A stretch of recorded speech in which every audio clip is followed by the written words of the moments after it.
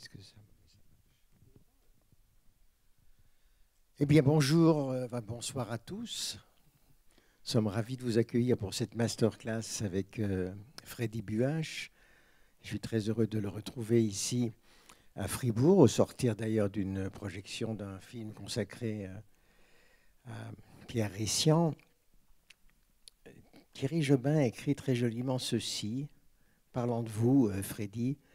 Il a changé nos vies à nous tous qui respirons cinéma.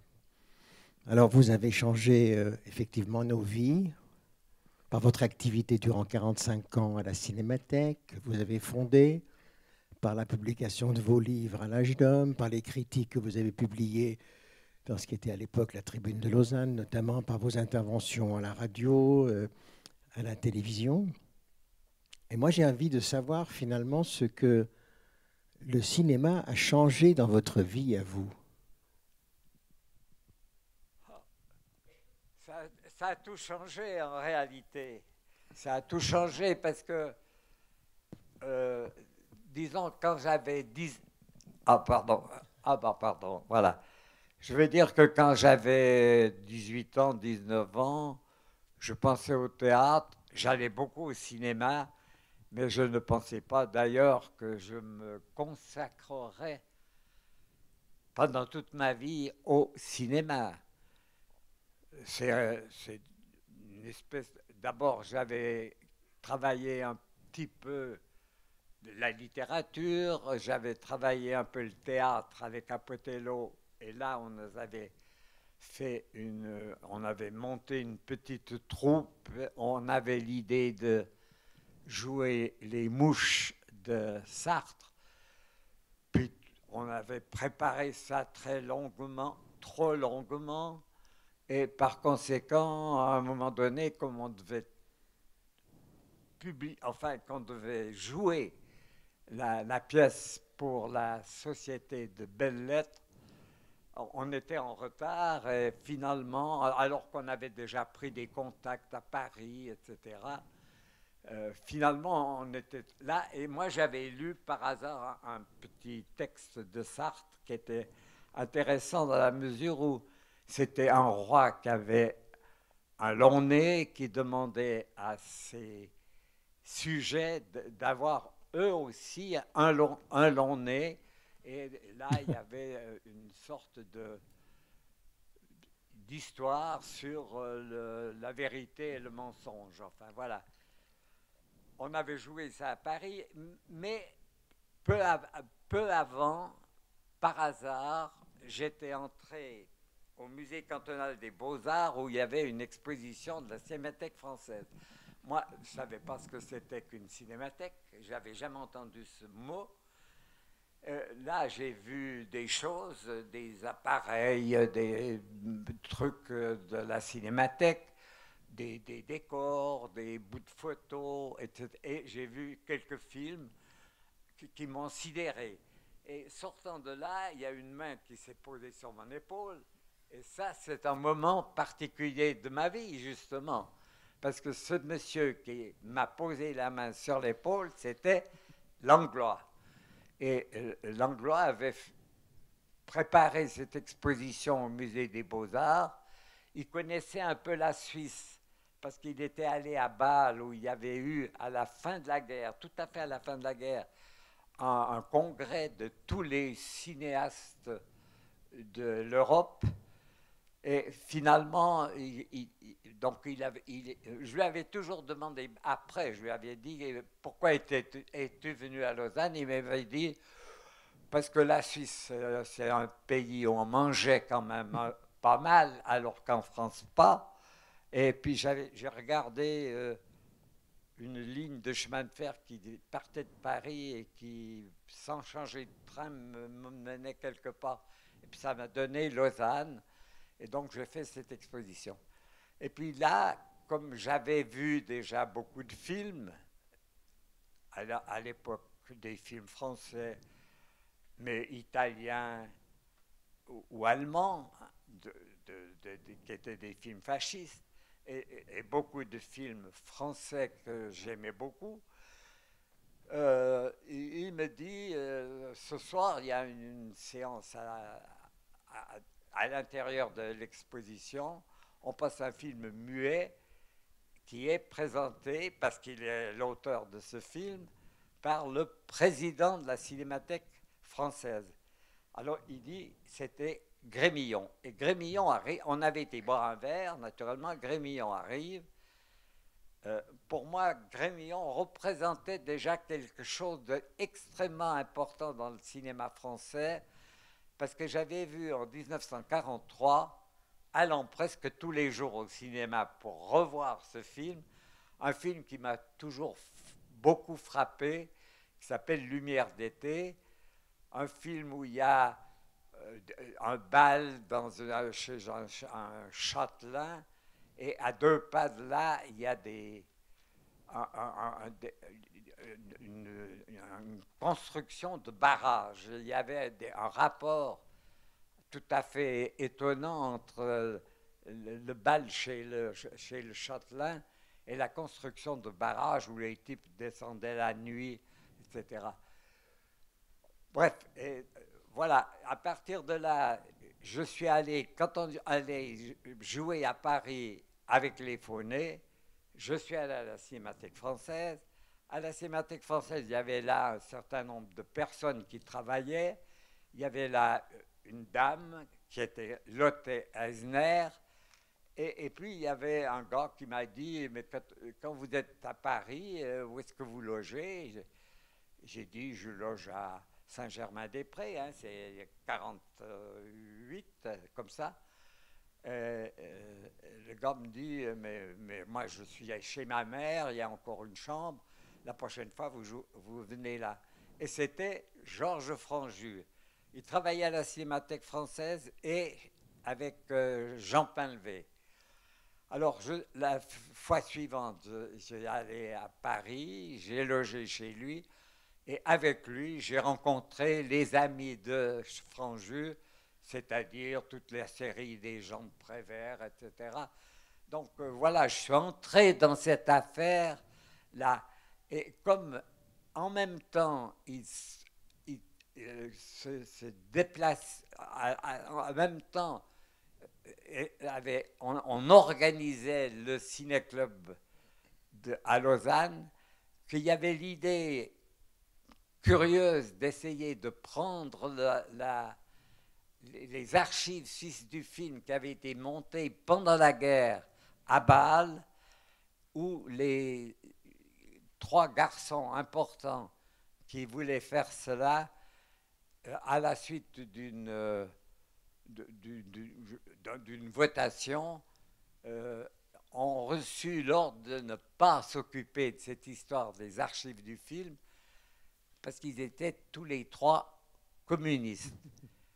Et un des trois était le directeur du musée de Bâle. Vous savez, il faut penser qu'on est à la fin de la guerre, les Russes ont gagné la guerre, enfin, etc. Et donc on a dit, non, la ville de Bâle, le canton de Bâle leur a dit, non, vous n'avez pas besoin de vous occuper de ça. Le cinéma d'ailleurs, ça ne nous intéresse pas tellement. Quant au directeur du musée, il est copain de Picasso, il n'a qu'à acheter des Picasso, et on sera bien content. Et c'est d'ailleurs ce qui s'est passé par la suite. Donc, à ce moment-là, le Ciné-Club de Lausanne, avec des gens comme René Favre, Emery, qui étaient les principaux actifs du Ciné-Club de Lausanne. Moi, je faisais un peu n'importe quoi, il faut bien dire. Je me disais que peut-être je ferais peut-être du théâtre, puisque j'avais déjà un rôle dans cette combine des Faunets. Mais je me disais, ça ne me convient pas tellement. Alors j'ai commencé à travailler avec eux. Évidemment, à Emery, on a fait un bal qui était superbe avec Stroheim, enfin, un grand truc important, mais qui nous a coûté beaucoup d'argent. Et il n'y avait pas d'argent pour nous donner un coup de main pour ça. La Cinémathèque a commencé de décliner. On pensait que peut-être il n'y en aurait pas. Or, là, comme je ne faisais pas grand-chose, il faut bien dire, j'ai remplacé Emery. J'ai commencé à m'occuper des choses avec Langlois. J'ai commencé à faire venir des films, les donner au ciné-club du Suisse. Et peu à peu, disons que, voilà, je me suis occupé de la cinémathèque suisse. En même temps, à Locarno, il y avait là un ami à moi qui travaillait, qui était le directeur de Locarno, qui m'a dit, puisque tu as des films, que tu connais Langlois, on pourrait faire des rétrospectives. Alors on a commencé à faire des rétrospectives. Alors, je travaillais à la cinémathèque, j'écrivais dans les journaux. À l'époque, les critiques étaient assez rares, on ne faisait pas de critiques. Là, j'ai commencé parce que j'avais lu, enfin, j'avais pensé un peu à tous ces problèmes du cinéma. Je commençais à écrire des articles, parfois que les gens trouvaient illisibles, mais enfin c'est égal. C'était des articles. Et par conséquent, je connaissais ça. Voilà, après j'ai travaillé à Locarno, j'ai travaillé à un journal à Lausanne. Peu à peu, il s'était passé une chose tout à fait étrange à Lausanne, c'est que à ce même moment, on voulait faire on allait commencer la télévision suisse. Et Lausanne devait prendre la télévision suisse à Lausanne. Et on pensait que Lausanne serait ça. Alors il y avait un syndic à Lausanne qui a dit, oh mais c'est celui-là qui ramasse des films, voilà un type qui sera intéressant parce que la télévision sera utile. C'est pas comme ça que ça s'est passé, puisque la télévision est allée ensuite à Genève. Enfin, comme ça. Donc, disons, tout ce qu'on pense de moi, en pensant aussi à des choses mauvaises, mais tout ce qu'on pense de moi, c'est que j'étais un peu dans tous les milieux du cinéma suisse. Et un peu partout, on disait, qu'est-ce qu'il fait ce type? Pourquoi il fait ça? À Berne, évidemment, on se disait, parce qu'à Berne, on ne s'intéressait pas du tout au cinéma, hein, n'oubliez jamais ça. Le cinéma, on ne savait pas ce que c'était. On importait des films et on faisait payer au maître le métrage. Et puis après, une fois que les films passaient dans les salles, en plus c'était du cinéma, comme vous savez, nitrate, c'est-à-dire on pouvait racler la pellicule et en sortir du sel d'argent. Les films partaient dans des maisons bizarres qui les transformaient comme ça en sel d'argent. La pellicule disparaissait. Et voilà, donc en même temps, j'ai sauvé comme ça des quantités de films, ce qui était tout de même aujourd'hui utile parce que ces films que j'ai sauvés sont les films qu'on vous voyez dans les DVD.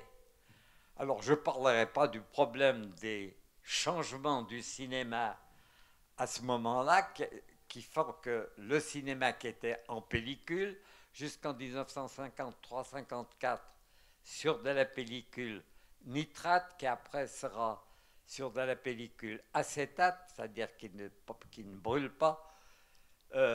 Ces films qu'on a sauvés sont les films sur la base desquels on refait le cinéma d'aujourd'hui. Voilà. Donc, voilà, pour répondre à la question, pourquoi le cinéma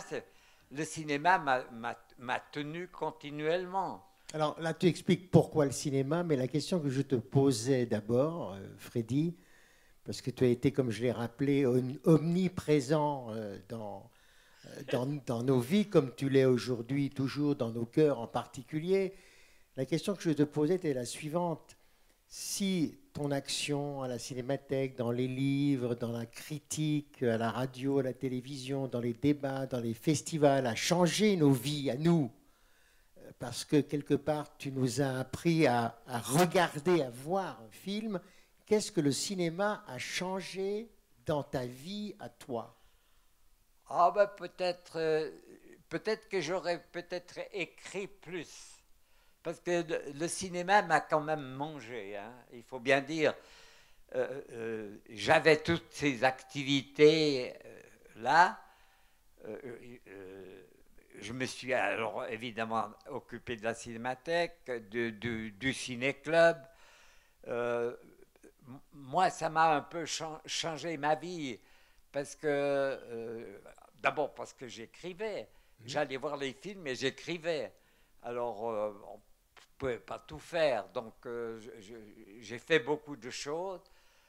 Euh, j'ai assez vite eu une certaine connaissance des gens importants dans les autres pays, avec l'Italie par exemple, avec Comencini qui était à Milan, il faisait la cinémathèque. En 58, j'étais à Bruxelles parce qu'il y avait une cinémathèque nouvelle.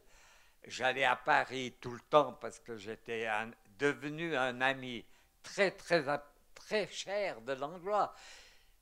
Langlois est un type assez bizarre. Enfin, vous savez bien, il y a eu toute une histoire à son propos, mais c'est pas de lui qu'on va parler. Mais en ce qui me concerne, quand j'arrivais à Paris, il m'avait dit, tu n'as qu'à venir à mon bureau, tu n'as pas besoin de frapper dans la porte.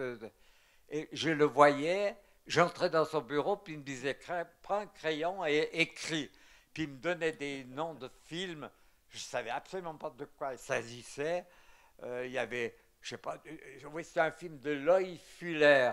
Je me disais, qui est Loïc Fuller à l'époque? Enfin, c'est des choses étranges. J'avais donc des relations avec lui tout à fait extraordinaires.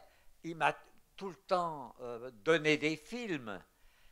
À cette époque, il n'y avait aucun problème de droit. Il n'y en avait aucun. Alors qu'aujourd'hui, on voulait passer la Talente. De Jean Vigo que tu as c'était bien tout de connu. même incroyable. La Talente, écoutez, Luce Vigo, qui était la fille de Vigo, est morte il y a quelques jours. Moi, j'ai le film à la maison. Enfin, et on apprend qu'on ne peut pas vous le passer parce qu'il y a quelqu'un qui dit j'ai des droits sur ce film. Alors, il faut prendre des avocats, enfin, je ne sais pas ce qu'il faut faire. En tout cas, on ne peut pas passer le film. Alors là, je ne veux pas non plus parler du cinéma d'aujourd'hui, mais le cinéma est lié à des choses de droit tout à fait, à l'époque, absolument insensées. J'ai jamais eu de problème avec les films. Moi, je recevais des films, je les passais dans les ciné-clubs tout le temps. J'ai eu une fois un problème avec M. Chaplin, parce qu'on avait une copie du Kid que j'avais ramassé par hasard, je ne sais pas où. Et, et un jour, j'ai passé ça au ciné-club.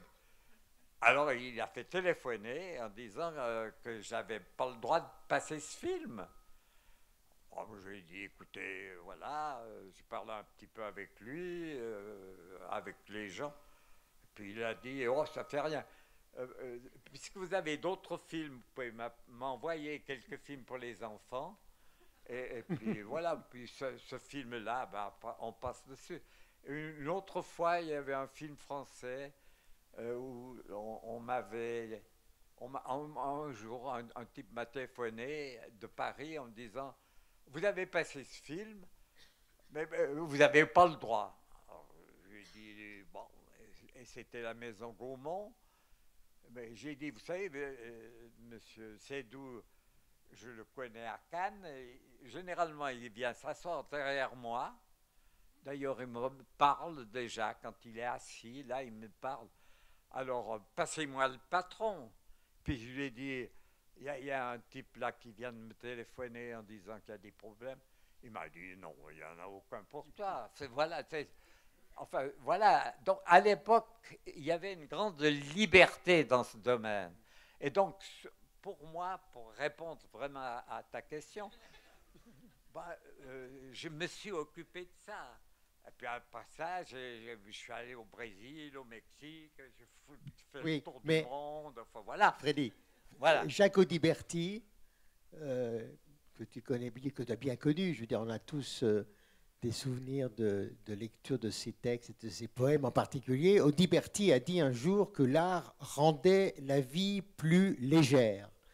Est-ce que le cinéma t'a rendu, à toi, Freddy Buach, la vie plus légère?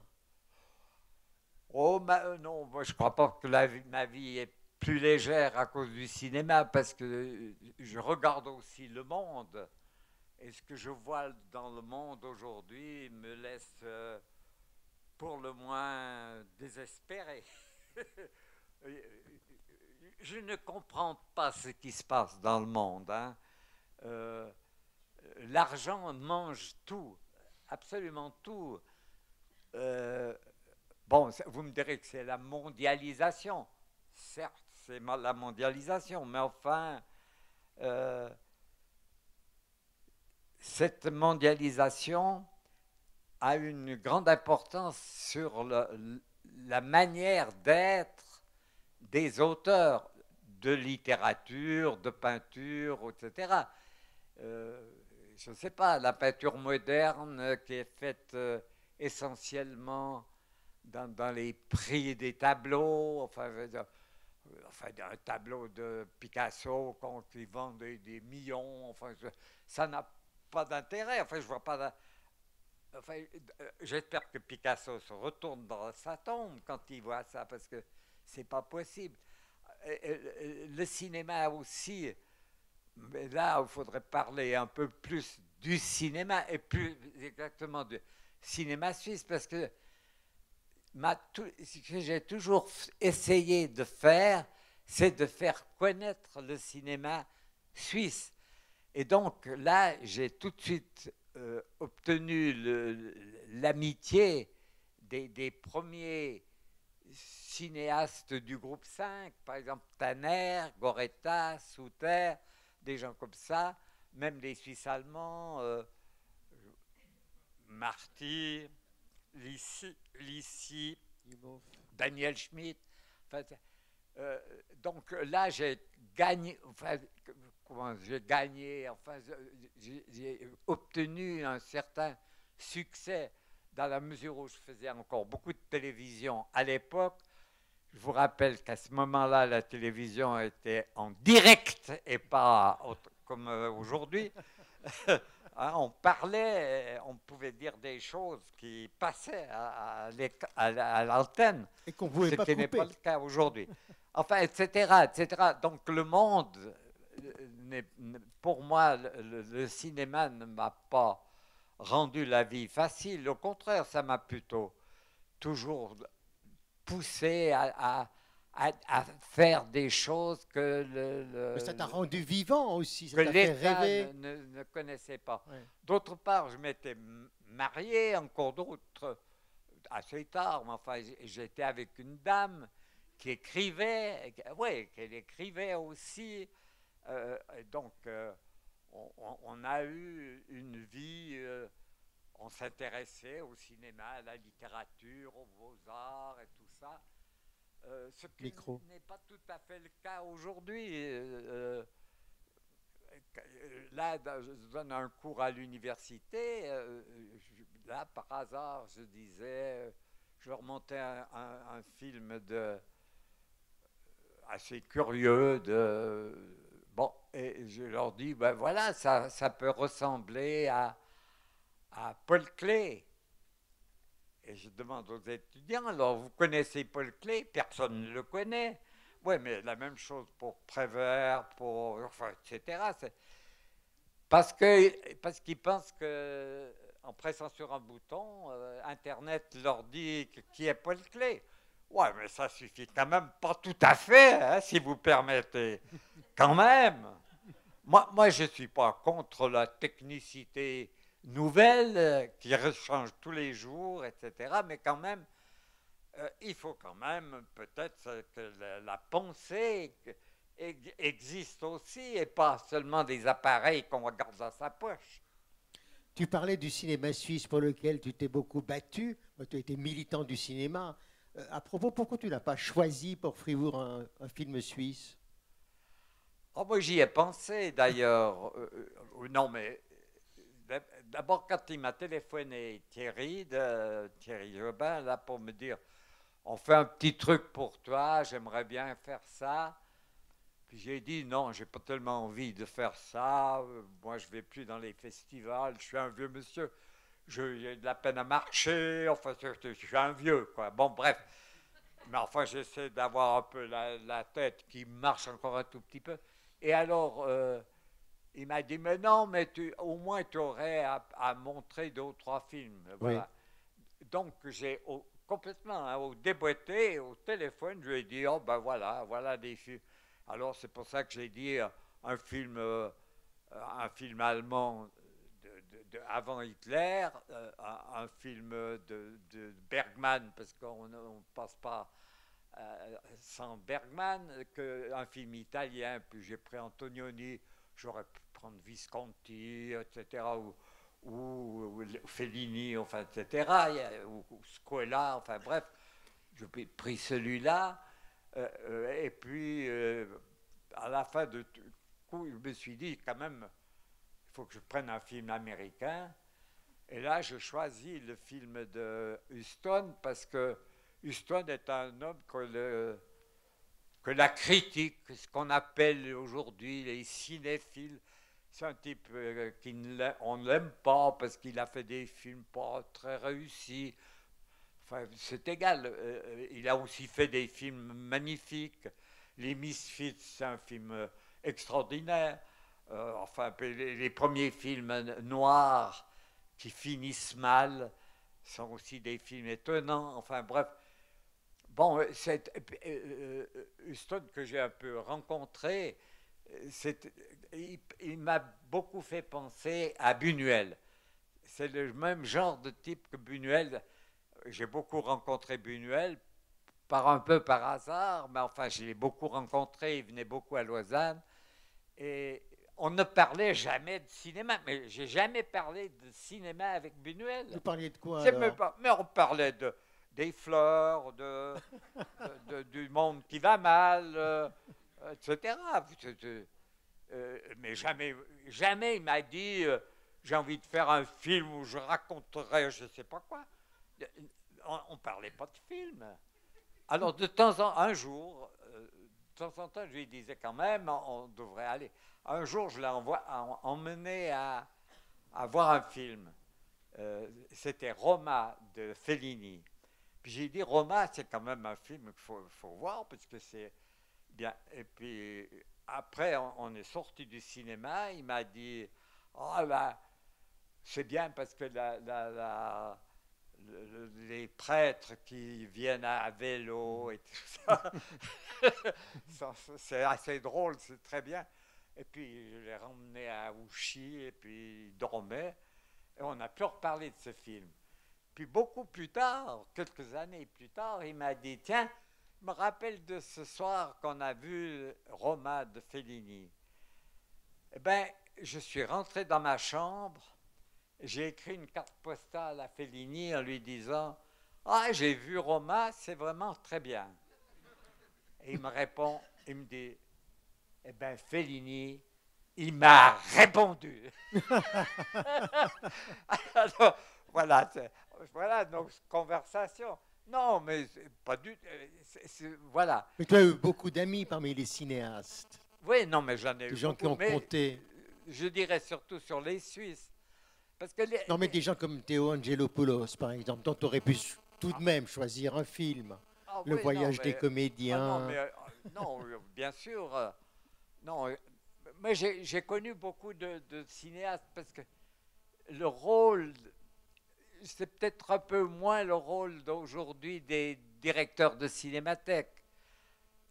Par bonheur, il y a un type qui m'a remplacé, Frédéric Maire, dont on voit le nom sur l'affiche de là, quand vous voyez un film, qui, je pense, mais bien entendu, c'est un type, je pense, tout à fait formidable, mais ça n'a pas de rapport avec ce que j'ai fait finalement. Ça n'a pas de rapport.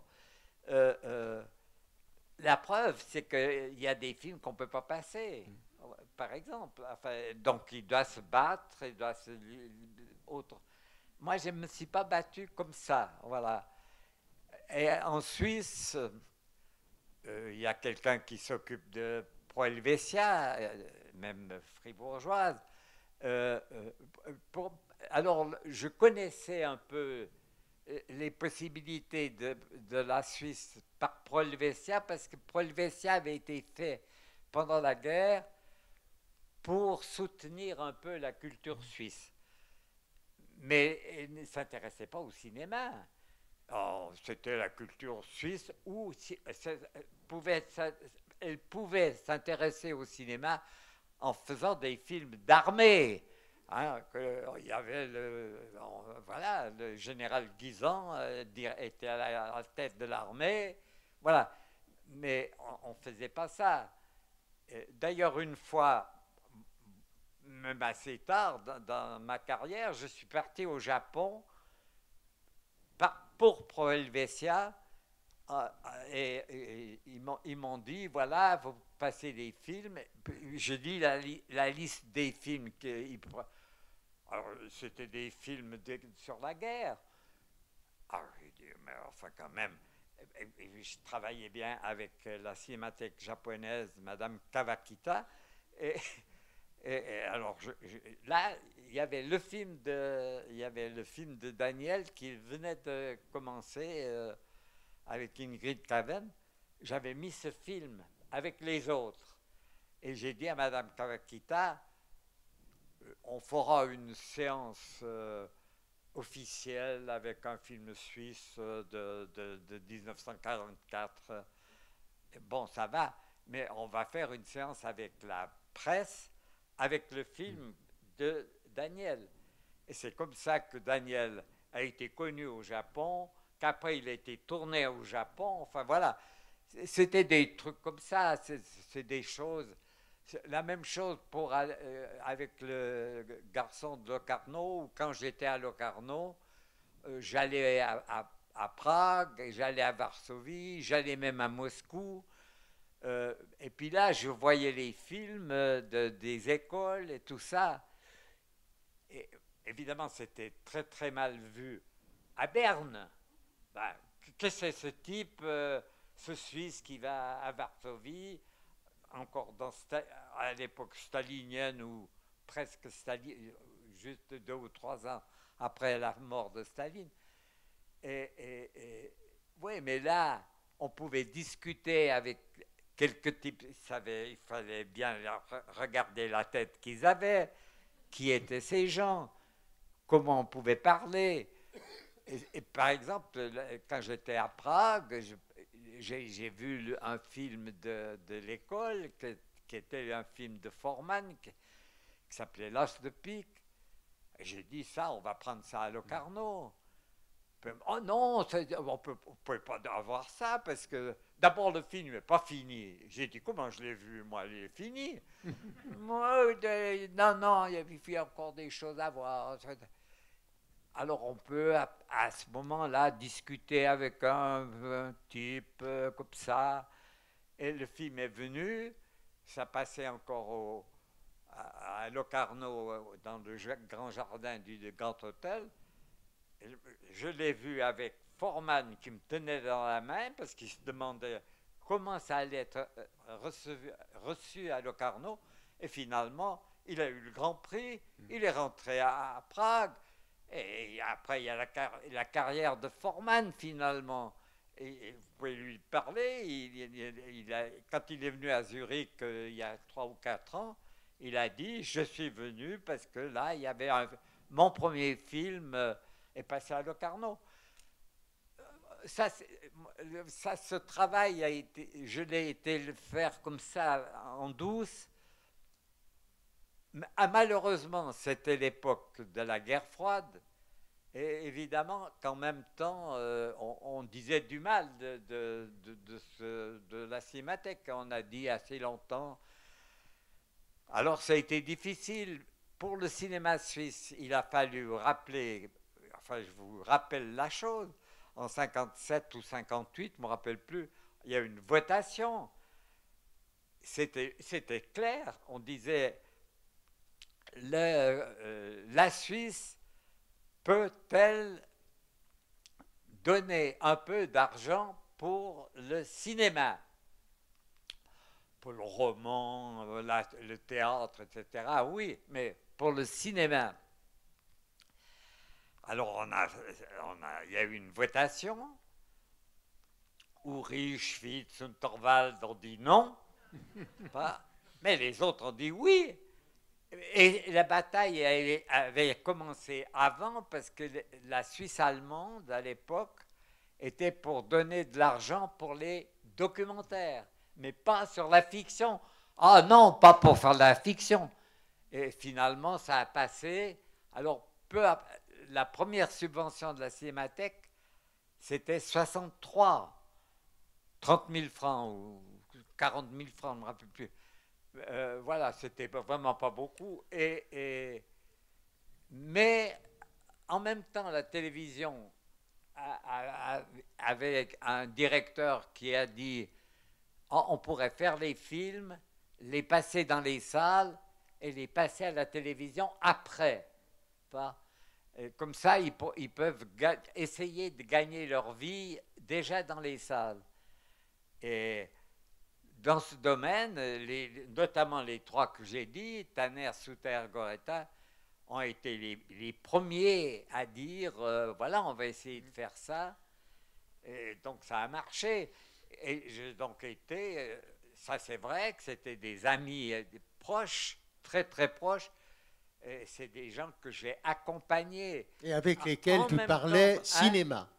Et avec lesquels tu parlais cinéma, contrairement par rapport à Buñuel. Là, je t'arrête une seconde parce qu'on va retrouver la fiction et tes films en particulier avec un extrait du film de Fritz Lang. On lui a fait quand on lui a proposé la chose, il est rentré chez lui, il a fait sa valise, il a pris le train, il est arrivé à Paris. C'était son premier film sonore, ça? Hein? C'était son premier film parlant, sonore? Oui. Oui. Bien sûr. Oui. Non, non, mais parce que là, il était pas. Oui. Non, enfin voilà. Oui, non, bien sûr, c'est son premier. C'est un film complètement. Enfin, vous ne l'avez pas encore vu, ou ceux qui l'ont vu le connaissent. C'est un film tout à fait énorme. Alors voilà, vous pouvez aller aussi écouter Rician, parce que Rician parle beaucoup de Fritz Lang. C'est un homme qu'il a bien connu. J'ai aussi connu, pas comme lui, mais je l'ai aussi bien connu à Paris, parce qu'après, je l'ai beaucoup vu à la Cinémathèque française. Mm-hmm. Donc voilà. Bon, voilà pour le film. Antonioni, Le désert rouge, parce que... Alors, le désert rouge, oui, non, je disais, le désert rouge, on pourrait passer beaucoup de films italiens. Alors là aussi, mais si j'ai dit ça, ça sera pris comme une chose idéologique. C'est pas vrai, mais... Ça, c'est sûr. C'est vrai. Non, mais je vais dire que le cinéma fasciste de Mussolini, qui avait d'ailleurs un fils qui s'intéressait au cinéma. Mussolini, d'ailleurs, s'intéressait aussi au cinéma. Il voulait soutenir le cinéma italien. C'est un travail que Mussolini voulait faire. Mais en même temps, il faisait une censure. Alors, évidemment, on ne pouvait pas faire les films. Enfin, le grand film de Visconti, La Terre tremble, qui devait être un film en 3 parties. Il en a fait une partie, et puis après, il n'a pas pu le faire, parce que c'était interdit de prendre... C'était comme de faire un film d'après Ramu, c'était Verga. Verga avait fait un roman assez là et que Visconti va les prendre. Il n'a pas pu faire. Donc le fils de Visconti, il avait une revue où des gens ont commencé à travailler vers la fin enfin pendant la guerre, vers la fin de la guerre. Et, et, et puis après, il y a eu la, la guerre est finie, Mussolini pendu, et, et donc tout ce qui se préparait pour avec cette libération nouvelle, tous les types ont chanté la libération et ils étaient tous, il faut bien le dire, étaient très proches ou dans le Parti communiste, jusqu'à Pasolini même. Enfin, voilà. Alors, voilà. Là, il y a eu un cinéma italien qui parlait de la vie des Italiens, de la situation des Italiens, des gens comme il y a Visconti, Fellini, tout ce que vous voulez, Scola, enfin bon, Comencini, enfin tous ces gens-là. Évidemment, ces gens-là ils étaient contre l'État, le nouvel État italien, qui était un État, voilà. Enfin, vous avez un film que vous avez vu ou pas vu sur les élections avec un monsieur qui sera pendant des années, chef de gouvernement. Voilà, ouais, c'est ça. Bon, voilà. Alors, évidemment, moi, je voulais prendre un film italien. J'aurais pu prendre n'importe quel film. Si éventuellement, surtout, moi, j'étais tout à fait. Enfin, j'ai toujours été pour. J'ai aussi pu rencontrer Visconti, voir travailler Visconti. Je l'avais vu quand il travaillait en Bavière pour les dieux. Là, c'est un personnage c'est un personnage qui, moi, m'intéressait beaucoup parce que c'était un conte. C'est un conte, mais qui était vraiment à gauche. Et, mais en même temps, c'était un homme d'une culture extraordinaire dans tous les domaines, plus que Fellini, qui était par ailleurs un type tout à fait important aussi. Enfin bref, j'ai choisi là. Et qu'est-ce que vous aimez particulièrement dans le désert rouge? Qu'est-ce que tu aimes particulièrement? Dans le désert rouge, c'est parce que c'est le... Là, j'avais présenté le désert rouge ici, je disais que j'avais beaucoup bien rencontré Antonioni qui venait à Cannes tout à fait au début de sa vie, avec des films sur les femmes. Et là, c'est un problème d'abord d'une femme qui regarde le monde, qui est désespérée. Enfin, on pense même, elle aimerait avoir une petite boutique, mais en fait, on pourrait dire qu'elle est bonne pour l'hôpital psychiatrique. Ça, c'est une des choses.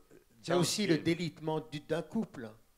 Oui, non. Et puis après, elle vit quand même dans un monde qui est le monde d'aujourd'hui, c'est-à-dire le monde de la technique.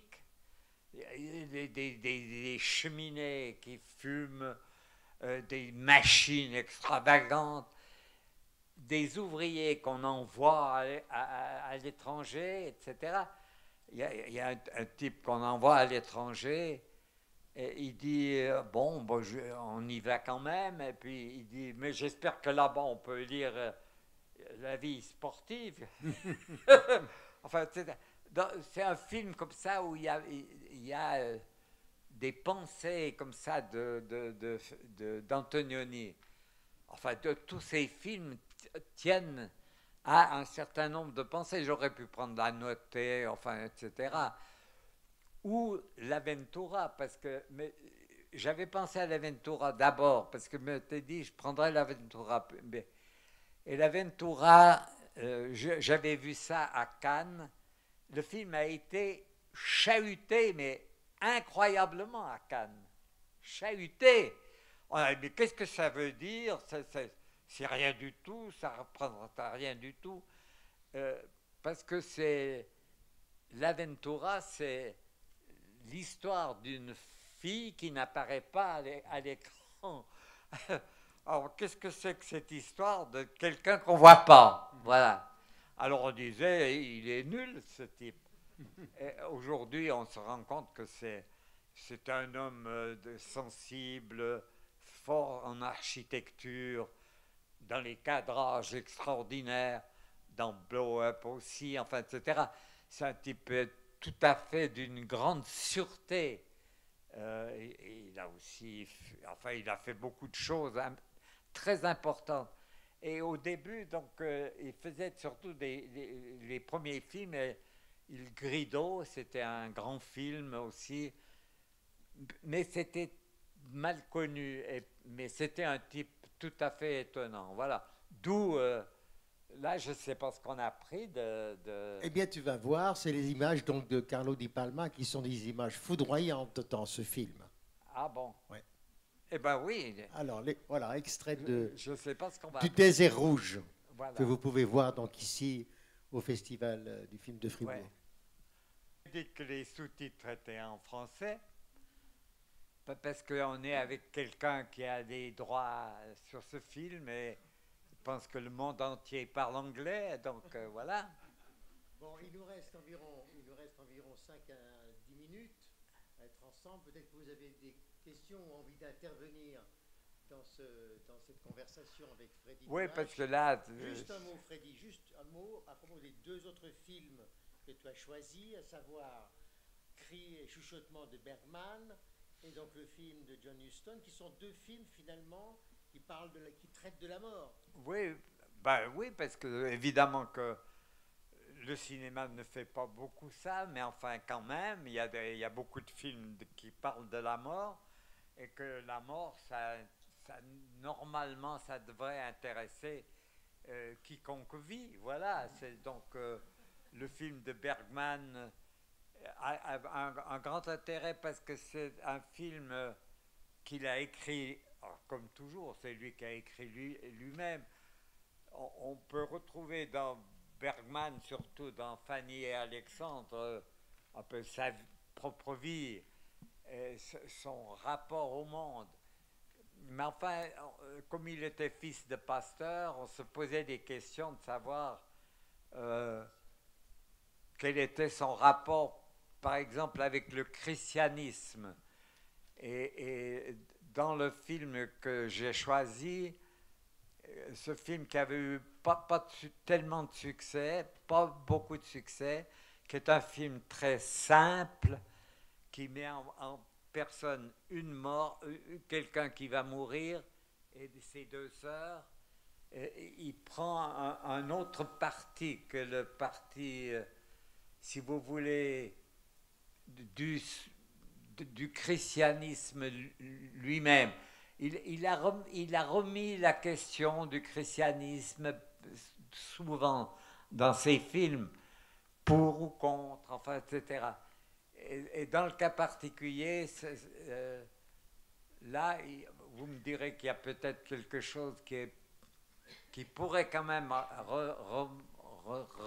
retourner au christianisme, c'est-à-dire que la femme qui s'occupe de la mort, s'occupe de la mort de celle qui va mourir, c'est la bonne, c'est une bonne. Alors c'est une bonne, si on était stalinien, on dirait c'est la bonne, c'est pas tout à fait que la bonne, mais il y a un rapport là de cœur à cœur, et donc on pourrait dire que là, elle est aussi une pietà, hein. On peut discuter.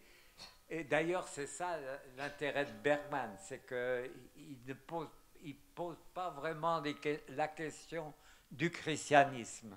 Et puis il y a les couleurs aussi, mais vous le verrez dans le film, les couleurs, le rouge et le blanc. Oui. On a juste 5 minutes. Est-ce que quelqu'un dans la salle a envie d'intervenir, de susciter une réflexion à Freddy et des micros vers vous?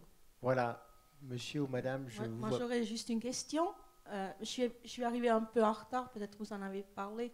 Vous avez 26 ans en 51. Vous fondez la Cinémathèque suisse. J'aimerais un peu profiter de quelqu'un qui a la mémoire vivante encore à votre âge, de parler un peu de cette époque, comment c'était juste après la guerre de monter une cinémathèque. Quels sont les... Ils en ont parlé. Alors, excusez-moi. C'était comment c'était après la guerre de monter une cinémathèque? On en a déjà un peu parlé au début Oui, de notre rencontre. Hein. Écoutez, mais là je vais dire des choses un peu méchantes.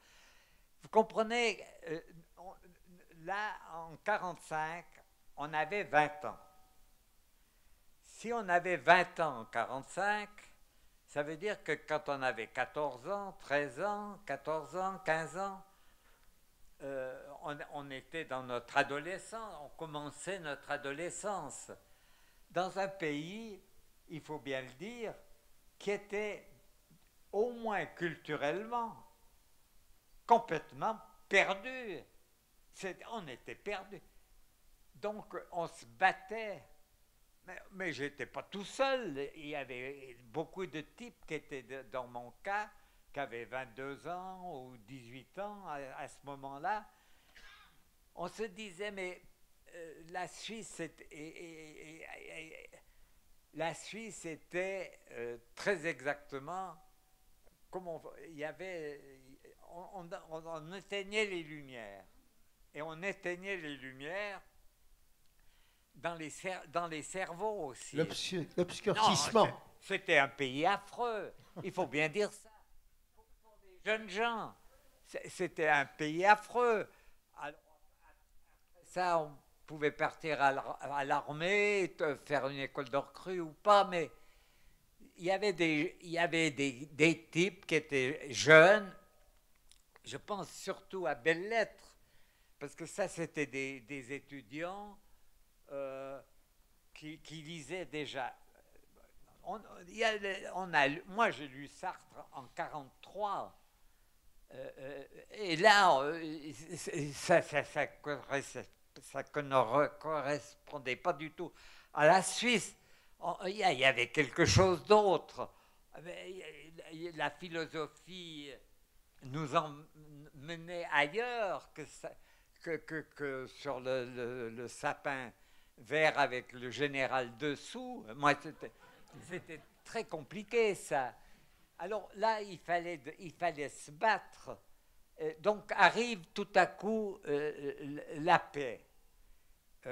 Alors là, il y avait deux réactions possibles. Il y avait des types qui disaient « La Suisse, merci », et ils partent. Voilà. Un exemple, Philippe Jacotet. Philippe Jacotet est parti tout de suite à Paris. Bon. Je ne dis rien contre lui, au contraire, c'était une manière d'être.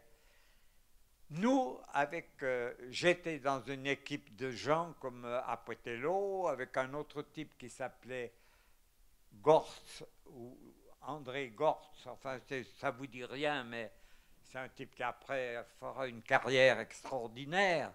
Si vous n'avez jamais lu son livre de la fin de sa vie, où il s'est suicidé avec sa femme, ben vous n'avez jamais lu quelque chose de très important dans la littérature française contemporaine.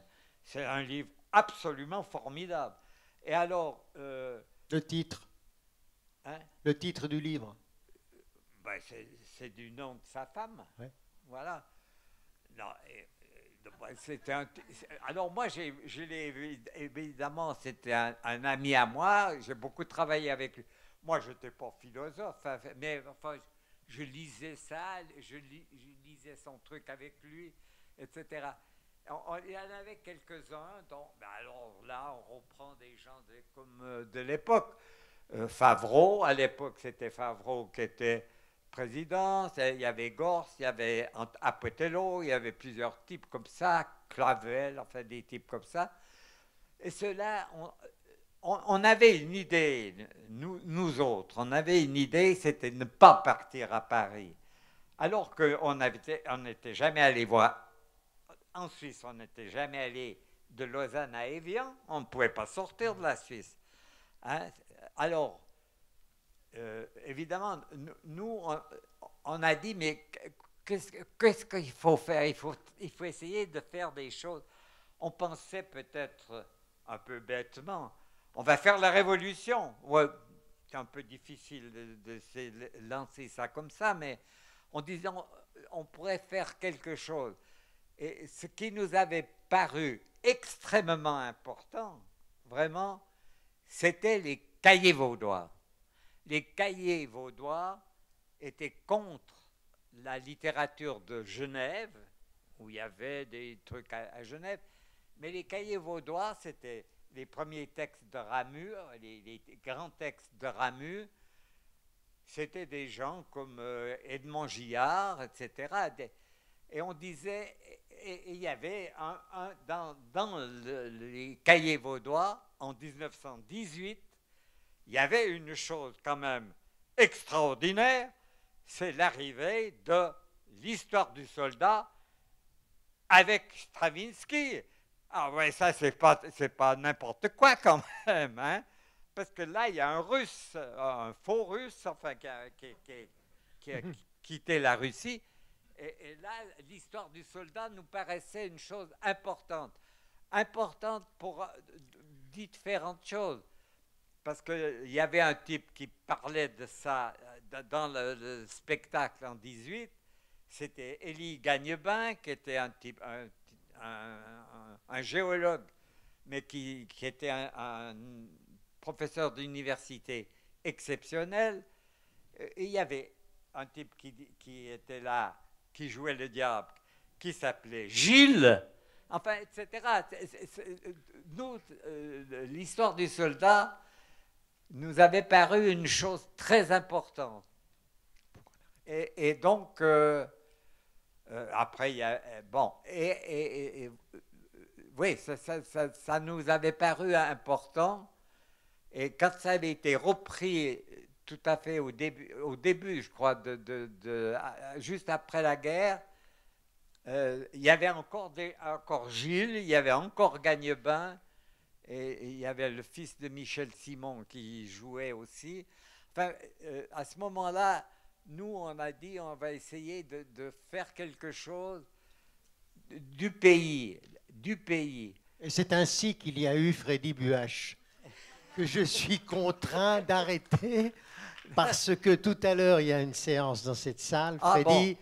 Alors je te remercie. Non, mais il n'y a pas encore une autre question. Malheureusement... Ah ben tant pis. Alors, non, mais enfin, est-ce qu'on a le temps d'une question? Oui, alors une question. Des choses un peu comme ça, parce que c'est... Oui, enfin, pour vous dire... On fait une Attends, Freddy, il y a encore une question. On a juste le temps de prendre encore une question. C'est un problème de timing, tu vois. Après, il y a une séance à 20h15. Il n'y a personne. Ouais, oui, allez-y. J'ai 15 ans.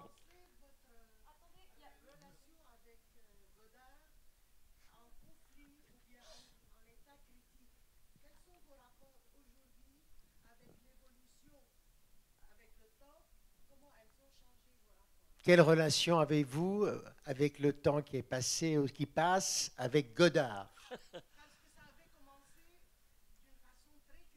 Parce que ça avait commencé, dit l'intervenante, de manière très critique. C'est vrai, c'est tout à fait vrai.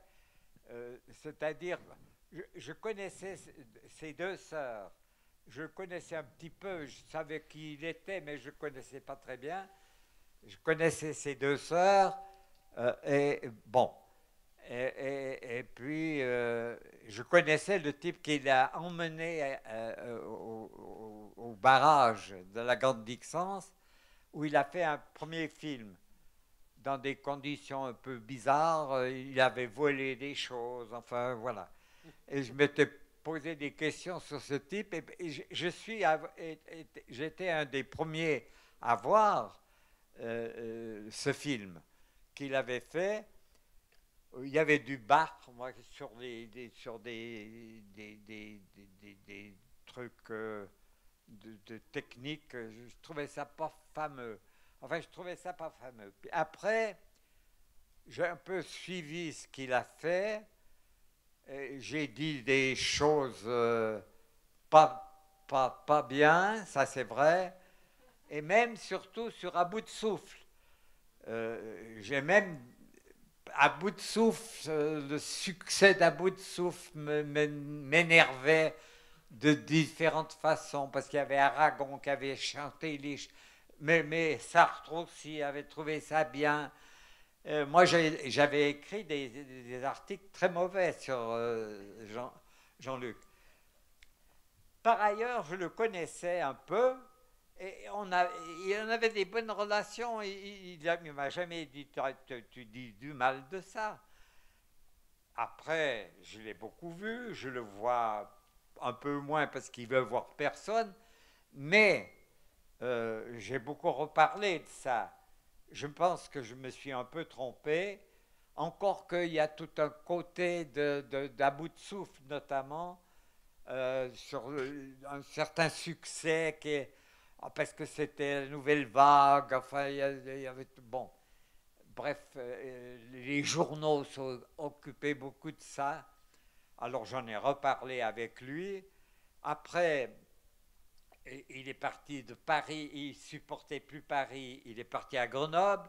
Quand il était à Grenoble, ça n'a pas bien marché, il a fait des films de télé, ça n'a pas bien. Un jour, il m'a téléphoné, il m'a dit « J'ai envie de rentrer en Suisse ». Donc, mais j'ai du matériel, il faut que tu t'occupes de ça. Alors, comme j'étais à la Cinémathèque, j'ai profité de mes moyens de la Cinémathèque pour ramasser son matériel et la produire en Suisse. Il est arrivé à Rolle et là, je l'ai beaucoup vu. Après, on est devenu très...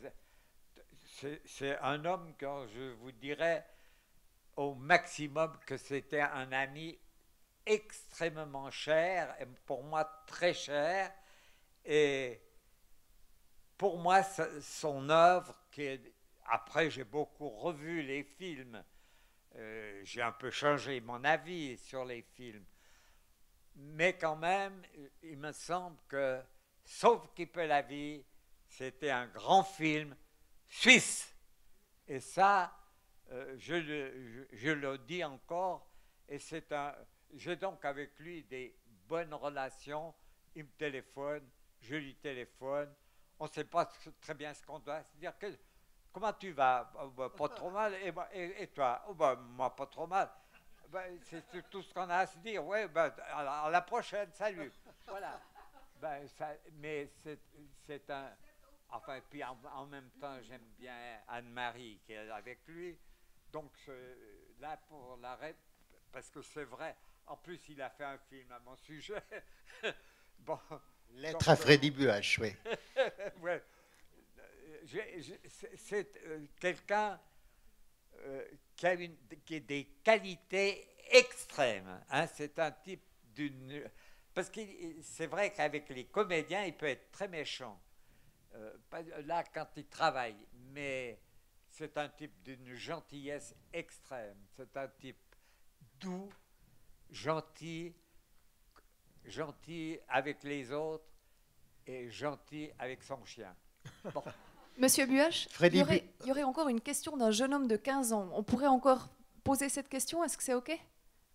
Oui, vous pouvez lui dire. Mais où est-ce qu'il est?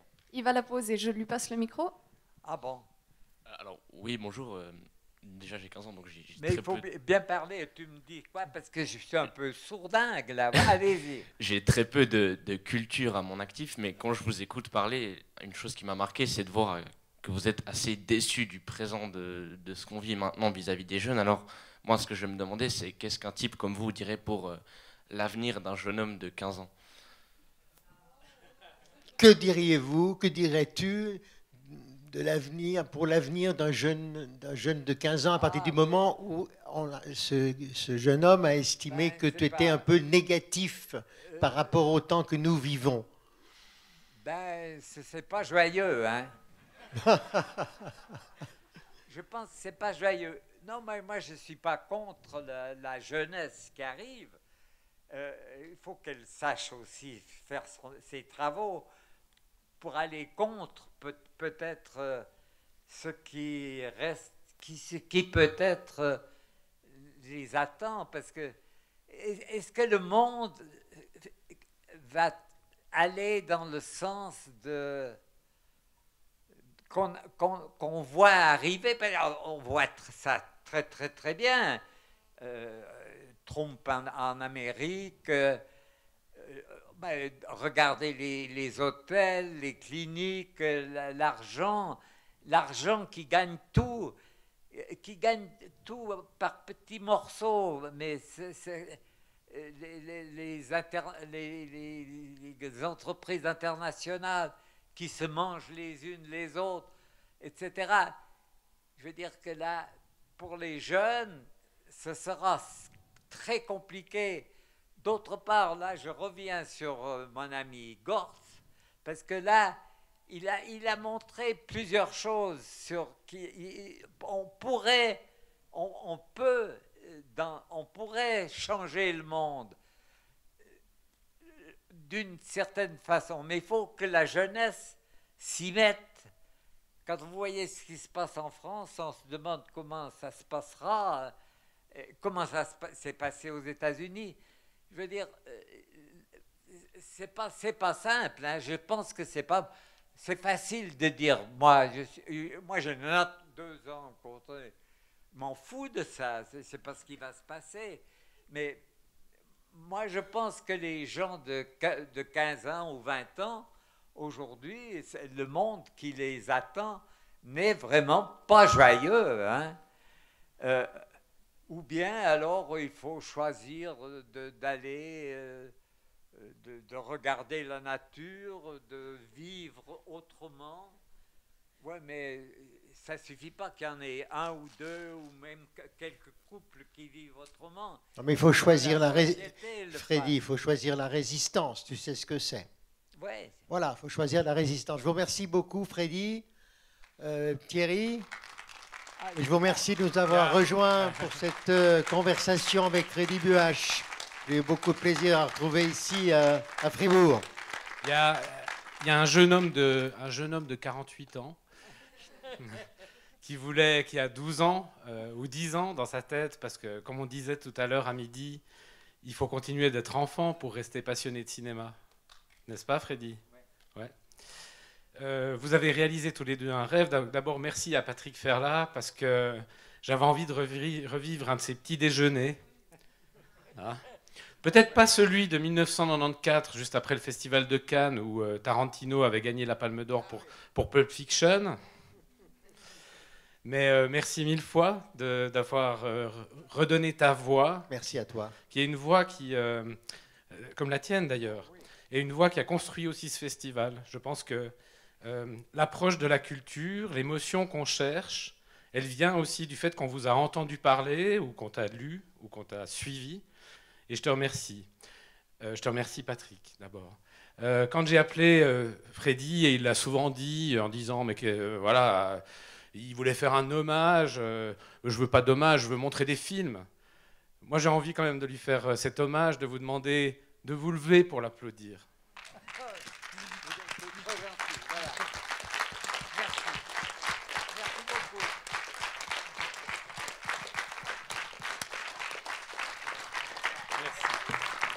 Merci, Freddy.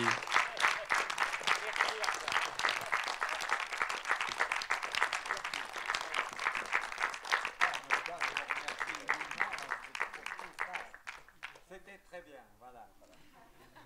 Bonne soirée à tout le monde. Merci, bonne soirée.